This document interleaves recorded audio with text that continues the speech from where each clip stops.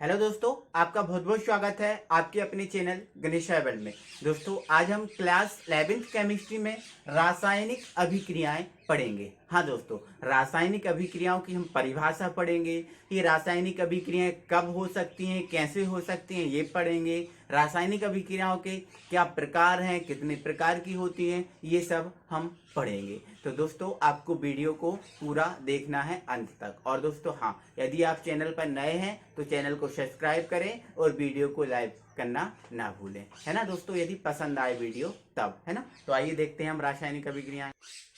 तो हम बात करते हैं केमिकल रिएक्शन, रासायनिक अभिक्रियाओं की। तो दोस्तों, हमने हमारे घर में अक्सर देखा है, जब हम दो या दो से अधिक पदार्थों को आपस में मिला देते हैं तो कोई नया पदार्थ बनकर तैयार हो जाता है। जैसे हमें चाय बनाना है तो क्या करोगे आप, शक्कर, चाय पत्ती, है ना, शक्कर, चाय पत्ती, दूध, ये सब आपस में क्या कर दोगे, मिला दोगे, तो एक आपको नया पदार्थ मिल जाएगा जिसका नाम क्या कहलाएगा, चाय कहलाएगा।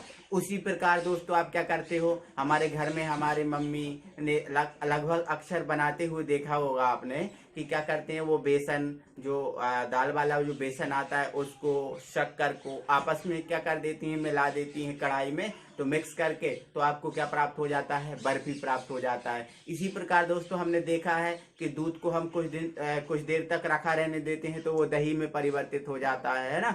उसी प्रकार यदि हम दूध को फटाकर फ्रिज में रख देते हैं ठंडा करने के लिए किसी बर्तन में, तो वो पनीर में परिवर्तित हो जाता है। तो इस प्रकार से हम देख रहे हैं कि जब दो या दो से अधिक पदार्थों को जब आपस में मिलाया जाएगा ना, तो एक नया पदार्थ बन जाता है।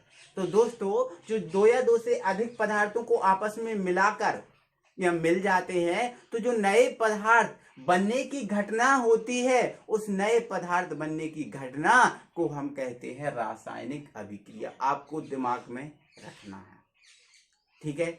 अब जो अभिक्रिया होती है, अब उस अभिक्रिया में जो भाग लेने वाले पदार्थ होते हैं, जो अभिक्रिया में भाग लेते हैं, उसको हम बोलते हैं अभिकारक। क्या बोलते हैं, अभिकारक, मतलब रिएक्टेंट। और जो अभिक्रिया के बाद जो बनता है, नया पदार्थ जो बनता है, उस पदार्थ को हम बोलते हैं उत्पाद। अभिकारक एक या एक से अधिक हो सकते हैं, उत्पाद भी एक या एक से अधिक हो सकते हैं, ध्यान रखना है आपको। इसके बाद दोस्तों, मान लेते हैं ये कोई अभिक्रिया है जो निम्न प्रकार से संपन्न हो रही है। आप देखो इधर, मान लेते हैं ए और बी आपस में क्रिया कर रहे हैं और जो उत्पाद है वो बन रहा है सी और डी। तो मैंने क्या बताया था, जो अभिक्रिया है उसमें भाग लेने वाले पदार्थ क्या कहलाएंगे, अभिकारक। तो ये क्या होगा, अभिकारक। क्या होगा, अभिकारक। मतलब इसको इंग्लिश में हम क्या बोलते हैं, रिएक्टेंट। रिएक्टेंट। और ये जो बनने वाला पदार्थ होता है उसको हम बोलते हैं उत्पाद, और इसको इंग्लिश में हम बोलेंगे क्या, प्रोडक्ट। क्या बोलेंगे, प्रोडक्ट। आपको याद रखना है, अभिकारक एक या एक से अधिक हो सकते हैं और उत्पाद भी एक या एक से अधिक हो सकते हैं। तो ये हुई हमारी रासायनिक अभिक्रिया। इसके बाद दोस्तों, अगर हम इस रासायनिक अभिक्रिया की बात करें कि रासायनिक अभिक्रिया हो कैसे कैसे सकती है, तो उसको हम देखते हैं। अब हम ये देखते हैं कि जो रासायनिक अभिक्रिया है वो किस किस के माध्यम से हो सकती है। तो दोस्तों, ये रासायनिक अभिक्रिया पहला है, संपर्क के माध्यम से हो सकती है। किसके माध्यम से, संपर्क के माध्यम से, ध्यान रखना है आपको। और जैसे हमने देखा है कि जो कोरोना अभी चल रहा है वो कोरोना संपर्क के माध्यम से ही हो रहा है। संपर्क के माध्यम से हमारे अंदर जाता है और फिर क्या करता है, अभिक्रिया करता है और हमारे लिए क्या कर देता है, बीमार कर देता है ना। तो ये संपर्क से भी अभिक्रिया होती है। अब यदि बात करें बिलियन, तो दो बिलियन आपस में मिल जाएं तो बिलियन के माध्यम से भी अभिक्रिया होती है ना, तो बिलियन से भी होती है। इसके बाद अगर हम प्रकाश की बात करें तो प्रकाश के माध्यम से भी अभिक्रिया होती है ना। अब ये अभिक्रियाएं कैसे क्या होती हैं तो आपको मैं बताऊंगा, ठीक है। इसके बाद यदि हम बात करें विद्युत की, मतलब धारा की बात करें, तो विद्युत के माध्यम से भी अभिक्रिया होती है। इसके बाद उत्प्रेरक की बात करें तो उत्प्रेरक के माध्यम से भी अभिक्रिया होती है। आपको ये याद रखना है। अब उत्प्रेरक क्या होता है? तो उत्प्रेरक ऐसा पदार्थ होता है जो किसी अभिक्रिया की दर को बढ़ा देता है या घटा देता है ना। तो इन सबको हम आगे पढ़ेंगे, कोई दिक्कत नहीं है। इसके बाद दोस्तों यदि हम ध्वनि की बात करें तो ध्वनि के माध्यम से भी अभिक्रिया होती है ना। तो ध्वनि से भी अभिक्रियाएं होती हैं। तो इस प्रकार से ये अभिक्रियाओं के क्या हैं? माध्यम है। अब हम पढ़ते हैं अभिक्रियाओं के प्रकार। अब यदि हम रासायनिक अभिक्रियाओं के प्रकार की बात करें तो ये जो रासायनिक अभिक्रियाओं के प्रकार हैं उनका वर्गीकरण दो प्रकार से किया गया है। एक है ऊष्मा के आधार पर रासायनिक अभिक्रियाएं और दूसरा होता है क्रिया विधि के आधार पर रासायनिक अभिक्रियाएं। तो पहले हम ऊष्मा के आधार पर अभिक्रियाओं के प्रकार पढ़ेंगे और इसके बाद हम पढ़ेंगे क्रिया विधि के आधार पर। तो यदि हम ऊष्मा के आधार पर अभिक्रियाओं की बात करें तो इस आधार पर अभिक्रियाएं दो प्रकार की होती हैं। फर्स्ट होती है ऊष्मा शोषी अभिक्रिया और दूसरी होती है ऊष्मा क्षेपी अभिक्रिया। कौन सी अभिक्रिया? ऊष्मा क्षेपी। तो पहली क्या है? ऊष्मा शोषी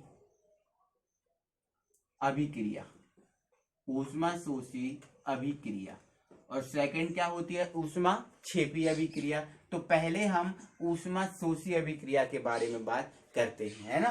तो जो ऊष्मा शोषी अभिक्रिया की अगर बात करें तो ऊष्मा शोषी एक ऐसी अभिक्रिया होती है जिसमें अभिकारकों द्वारा, किसके द्वारा? अभिकारक द्वारा, मतलब जो क्रिया कर रहे हैं उनके द्वारा वातावरण से ऊष्मा अवशोषित की जाती है। ऊष्मा क्या की जाती है? अवशोषित की जाती है ना। तो इस प्रकार से अगर अभिक्रिया होगी तो उसे कहेंगे हम ऊष्मा शोषी अभिक्रिया। ऊष्मा शोषी अभिक्रिया में क्या होता है दोस्तों? जो उत्पाद की ऊष्मा होती है, उत्पाद, उस उत्पाद की ऊष्मा अभिकारकों की ऊष्मा से अधिक होती है। क्या होती है? अधिक होती है। आपको याद रखना है ना। अब ऊष्मा को हम किससे व्यक्त करते हैं? एच से व्यक्त करते हैं। किससे व्यक्त करते हैं? एच से व्यक्त करते हैं। तो इसमें हमने क्या बोला? उत्पादों की ऊष्मा अभिकारकों से क्या होती है? अधिक होती है। अर्थात ऊष्मा को एच से और जो उत्पाद है उसको किससे? पी से। तो H P greater than H R, मतलब जो रिएक्टेंट है अभिकारकों की ऊष्मा से उत्पाद की ज्यादा होती है। तो उत्पाद की ऊष्मा ग्रेटर देन क्या हो जाएगा? अभिकारक की ऊष्मा। ये हमारे लिए रहेगा। अब हम इसका एग्जाम्पल देखते हैं कि इसका एग्जाम्पल क्या है। जैसे मान के चलते हैं दोस्तों, आप इधर देखिएगा, जैसे हमने देखा है जब H2 क्या? H2 और O2 आपस में क्रिया करते हैं, H2 और O2 आपस में क्रिया करते हैं तो क्या बनता है? H2O बनता है। क्या बनता है? H2O। तो यहां से जब O2 और H2 आपस में क्रिया करके H2 बनाते हैं तो इसमें जो ऊष्मा है वो ऊष्मा उत्पन्न होती है। क्या होती है? वातावरण से ऊष्मा अवशोषित की जाती है। वातावरण से क्या की जाती है? ऊष्मा अवशोषित की जाती है। तो क्या होता है? इसमें जो प्रोडक्ट है, ये प्रोडक्ट है और ये क्या है? रिएक्टेंट है दोनों। तो इसकी ऊष्मा क्या होगी? ज्यादा होगी। अब ज्यादा ऊष्मा है तो हम यहाँ पर क्या लिख देंगे? प्लस VE, मतलब यहाँ पर इसकी ऊष्मा क्या है? ज्यादा है। आपको ये याद रखना है। इसके बाद अगर हम बात करें कैल्शियम कार्बोनेट, कैल्शियम कार्बोनेट चूने का पत्थर, ये पहला एग्जांपल हुआ, ये हमारा दूसरा एग्जांपल। ये चूने का पत्थर है, मतलब संगमरमर है। अगर इस संगमरमर को गर्म करें, संगमरमर को क्या करें? हम गर्म करें। अब गर्म करेंगे मतलब वातावरण से ऊष्मा अवशोषित करेंगे ना। हम गर्म कर रहे हैं तो ऊष्मा अवशोषित कर रहे हैं, है ना। तो हम इसको अवशोषित करेंगे तो हमें प्राप्त हो जाता है CaO, मतलब जो बुझा हुआ चूना होता है वो, ये कलई होती है ना जो दीपावली के समय मार्केट में अवेलेबल होती है झोलों में, वही वाला है ना। तो ये प्राप्त हो जाएगा। और क्या प्राप्त हो जाएगा? इसमें जो CO2 है ना वो गैस बाहर निकल जाएगी। CO2 गैस क्या हो जाएगी? बाहर निकल जाएगी। तो इसमें भी जो ऊष्मा है वो वातावरण से अवशोषित हो जाती है। इसलिए जो प्रोडक्ट आपको दिख रहे हैं दो, इन प्रोडक्ट की ऊष्मा इन रिएक्टेंट की ऊष्मा से क्या होगी? ज्यादा होगी। तो यहाँ पे भी हम क्या लिख देंगे? Plus positive. तो ये हमारी ऊष्मा शोषी अभिक्रिया हुई। एक बार इसकी डेफिनेशन फिर से सुन लीजिएगा।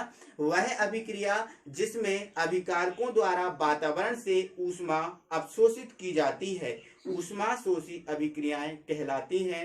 इनमें बनने वाले उत्पादों की ऊष्मा अभिकारकों के ऊष्मा से अधिक होती है। ये आपको याद रखना है। इसके बाद हम करते हैं ऊष्माक्षेपी अभिक्रियाएं। अब यदि हम ऊष्माक्षेपी अभिक्रियाओं की बात करें तो जो ऊष्माक्षेपी अभिक्रियाएं होती हैं ऐसी अभिक्रियाएं होती हैं जिनमें अभिकारकों द्वारा, मतलब जो क्रिया कर रहे हैं उनके द्वारा वातावरण में ऊर्जा उत्पन्न की जाती है। ऊर्जा क्या की जाती है? उत्पन्न की जाती है, वातावरण को ऊर्जा दी जाती है। तो ऐसी अभिक्रियाओं को हम क्या कहते हैं? ऊष्माक्षेपी अभिक्रियाएं। और इन ऊष्माक्षेपी अभिक्रियाओं में जो हमेशा जो अभिकारक है, अभिकारक की ऊर्जा उत्पाद की ऊर्जा से अभिकारक की जो ऊष्मा उत्पाद की ऊष्मा से कैसी होती है? अधिक होती है ना। ऊष्मा शोषी में क्या होती है? उत्पाद की अधिक होती है, और ऊष्माक्षेपी में क्या होगी? अभिकारक की होगी, है ना। अर्थात HR ग्रेटर देन HP, ये आपको याद रखना है। और इसमें जो एंथैल्पी परिवर्तन आता है वो कैसा आता है? ऋणात्मक आता है ना। अब वो ऋणात्मक क्यों आता है उसको आप देखिएगा। पहले हम इसके उदाहरण देखते हैं। जैसे मान लेते हैं दोस्तों, इसका एग्जाम्पल हमारा फर्स्ट एग्जाम्पल है। यदि हम CaO मतलब जो चूना, तो दीपावली पे मार्केट में जो झोलों में व्हाइट कलर का बिकता हुआ है कलई, वही है चूना। इस चूने में हम जल डाल दें, क्या डाल दें? चूने में जल डाल दें, तो क्या होता है? जब हम चूने में जल डाल देते हैं तो ये चूना क्या करता है? उबाल करता है, मतलब जैसे जल उबलता है ना, उसी प्रकार से उबलता है। अब ये उबलता है तो वातावरण में क्या ऊष्मा निकलती है? आपने खुद देखा होगा दीपावली के समय, हमने ये देखा है हमारे घर में, जब चूना आता है उसमें हम जल डालते हैं तो ये क्या करता है? उबलता है। जब उबलता है तो वातावरण को क्या? ऊष्मा प्राप्त होती है, वातावरण को ऊष्मा मिलती है। अब वातावरण को ऊष्मा मिलती है तो ये आपस में क्रिया करके क्या बना देता है? फिर CaOH का होल ट्वाइस, मतलब कैल्शियम हाइड्रोक्साइड, बुझा हुआ चूना। ये बिन बुझा चूना था, ये है बुझा हुआ चूना। ये बिना बुझा चूना था, ध्यान रखना। ये किसका फॉर्मूला है? बिना बुझा चूना। और ये क्या है? बुझा हुआ चूना। ये बुझा हुआ चूने का फॉर्मूला है। तो इसमें देखो, पहले ये वातावरण को ऊष्मा दे रहा है, अब वातावरण को ऊष्मा दे देगा तो इसकी ऊष्मा क्या हो जाएगी? कम हो जाएगी, है ना। इसकी ऊष्मा क्या हो जाएगी? कम हो जाएगी। अब ये प्रोडक्ट है और ये क्या है? रिएक्टेंट है, तो इसकी ऊष्मा कम हो जाएगी और इसकी ऊष्मा क्या होगी? ज्यादा होगी। स्टार्टिंग में तो ज्यादा होगी, अब ये वातावरण को दे देगा तो इसकी ऊष्मा क्या हो जाएगी? कम हो जाएगी, है ना। अर्थात जो एंथैल्पी है, उस जो एंथैल्पी में परिवर्तन, मतलब जो डेल H का मान इसके लिए निकलता है वो ऋणात्मक निकलता है। कैसा निकलता है? ऋणात्मक निकलता है, क्योंकि इसकी जो ऊष्मा है वो क्या हो जाती है? कम हो जाती है। आपको याद रखना है ना। दूसरा एग्जाम्पल की अगर बात करें तो जैसे हम N2, क्या है? N2 और H2 आपस में क्रिया करें, नाइट्रोजन और हाइड्रोजन आपस में क्रिया कर जाते हैं तो आपको एक गैस प्राप्त हो जाती है जो है अमोनिया गैस। कौन सी गैस है? Ammonia gas. तो ये अमोनिया गैस, तो इस प्रक्रिया में जब N2 और H2 आपस में क्रिया करते हैं तो इस प्रक्रिया में ऊष्मा निकलती है।